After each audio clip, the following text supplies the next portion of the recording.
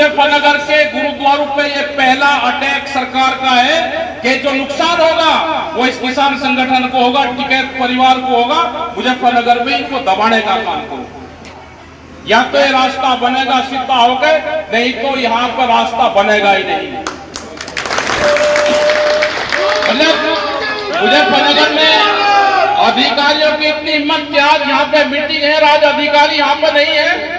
अगर हम मुजफ्फरनगर की लड़ाई हारे तो हम पूरे देश में कहीं मुंह दिखाने लायक नहीं रहेंगे। नहीं तो भाई जिसको डर लगता हो पुलिस प्रशासन से, वो अपना इस्तीफा देके यहाँ पे ना आए। ये युद्ध है, सरकार भी अपना तैयार हो रही और भाई हम भी हो रहे। या तो ये पुल फटेगा या ये संगठन टूटेगा, दो में से एक चीज होगी। ये जो क्षेत्र है इसमें मिट्टी अपने भरोसा जा दिया, जो भी ट्रक इसमें आएगा वो आएगा जरूर, बाहर नहीं जाएगा। कोई जेसीबी अगर इसके बीच में आएगी वह आएगी जरूर, बाहर नहीं जाएगी अपने भरोसे। इस वक्त मैं मुजफ्फरनगर के मीरापुर से और बिजनौर जाने वाले मार्ग पे, यहाँ पे एक गुरुद्वारा जिसके सामने से हाईवे निकल रहा है, पिछले कई दिनों से ये गुरुद्वारा चर्चा का विषय बना हुआ है। राकेश टिकैत जी ने पहले भी चेतावनी दी थी इस गुरुद्वारे को हाईवे की जद में आने से रोकने के लिए, लेकिन हाईवे के निर्माण में लगातार काम जारी है और आज बड़ी महापंचायत इस मामले को लेकर बुलाई गई। क्या पूरा मामला है उसी बारे में बात करने के लिए खुद चौधरी राकेश टिकैत जी हमारे साथ मौजूद है। तो चौधरी साहब, बड़ी महापंचायत आप लोगों ने की यहाँ पे, आज क्या फैसला हुआ? फैसला लिया कि यहाँ पर धरना रखा जाएगा। जो एनएच के अधिकारी और सरकारों ने जो गुरुद्वारे को डैमेज करने की जो एक प्लान बनाई है वो नहीं होने दी जाएगी। यहाँ पे 24 घंटे लंगर चलता था। साजिश ये करी कि हाईवे सीधे जाते हैं, यहाँ पे हाईवे को पूरा मोड़ दिया और फिर आगे जाके फिर उसी लाइन में मिला दिया। क्या गुरुद्वारे पे लोग ना आए, गुरुद्वारे को बंद करने की एक साजिश है? क्या उत्तर प्रदेश में गुरुद्वारा बनाना कोई अपराध हो गया?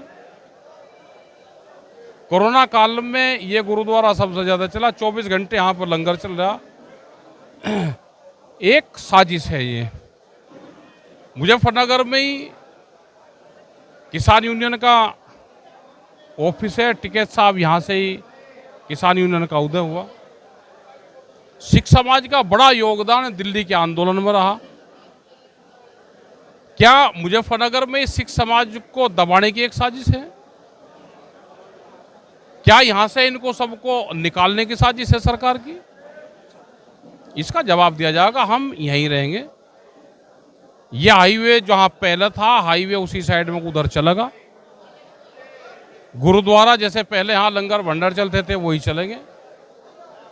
साजिश तो नहीं होने दी जाएगी। साजिश का तो मुकाबला होगा।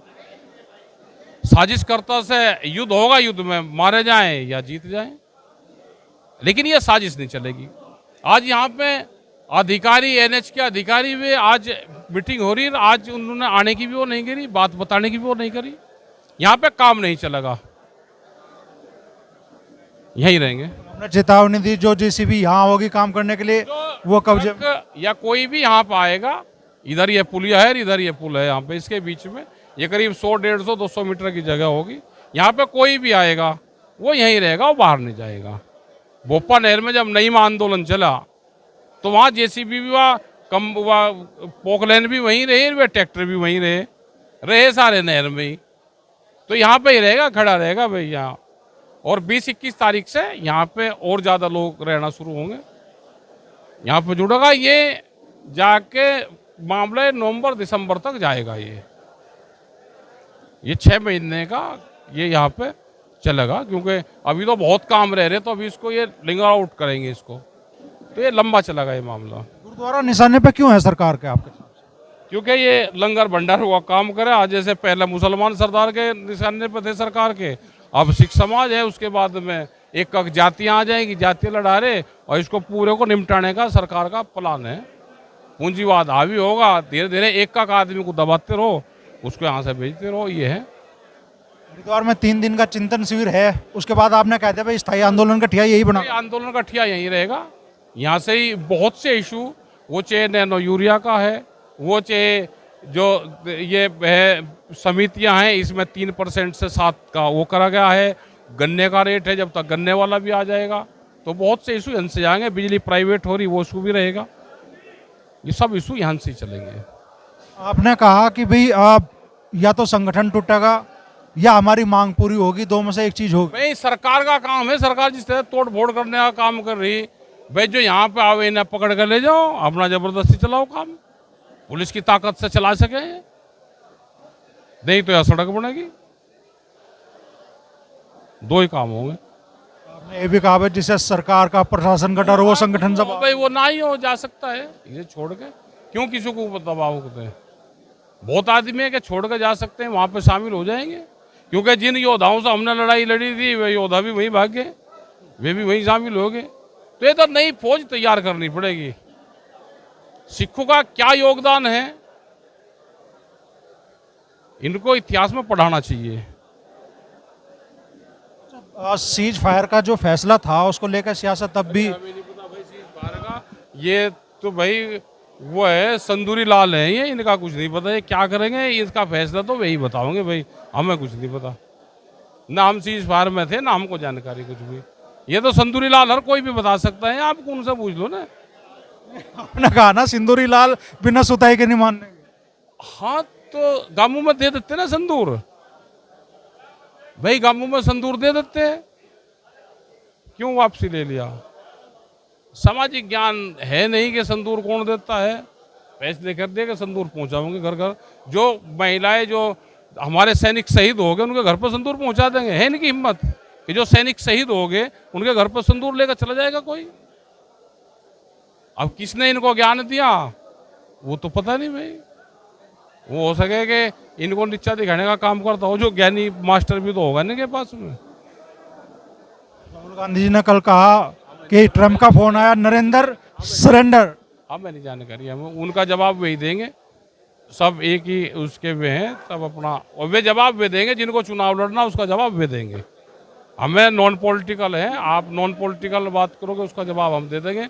और तो ये हमारे सब ब्लैक लिस्टेड में हमारे सवाल होंगे तो जवाब भी हमारा ही होगा, उनके सवाल होंगे जवाब भी देंगे।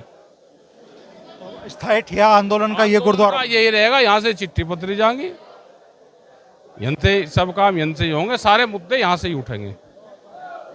बस इस बार आपने यही ऐलान नहीं किया कि भाई घर नहीं वापस जाएंगे, वैसे रहेंगे यहीं, आते जाते यहाँ पर रहेंगे, बाहर के प्रोग्राम भी करेंगे, यहाँ पे भी आते रहेंगे और जगह भी आते रहेंगे, यहाँ पे मूवमेंट चलता रहेगा हमारा। तो मुजफ्फरनगर के देवल में ये गुरुद्वारा है जिसके सामने से हाईवे निकल रहा है, और राकेश टिकैत जी और यहाँ के जो लोग मौजूद थे इस पंचायत में, उनका आरोप है कि किसान आंदोलन में इस गुरुद्वारे की भूमिका के कारण हाईवे इस गुरुद्वारे के ठीक सामने से लाने की कोशिश की जा रही है, वो नहीं लाने दिया जाएगा। और राकेश टिकैत जी ने ऐलान कर दिया है कि अब ये गुरुद्वारा 16, 17, 18 तारीख को हरिद्वार में जो चिंतन शिविर लगेगा भारतीय किसान यूनियन का, उसके बाद किसानों के आंदोलन का नया ठिकाना बनेगा।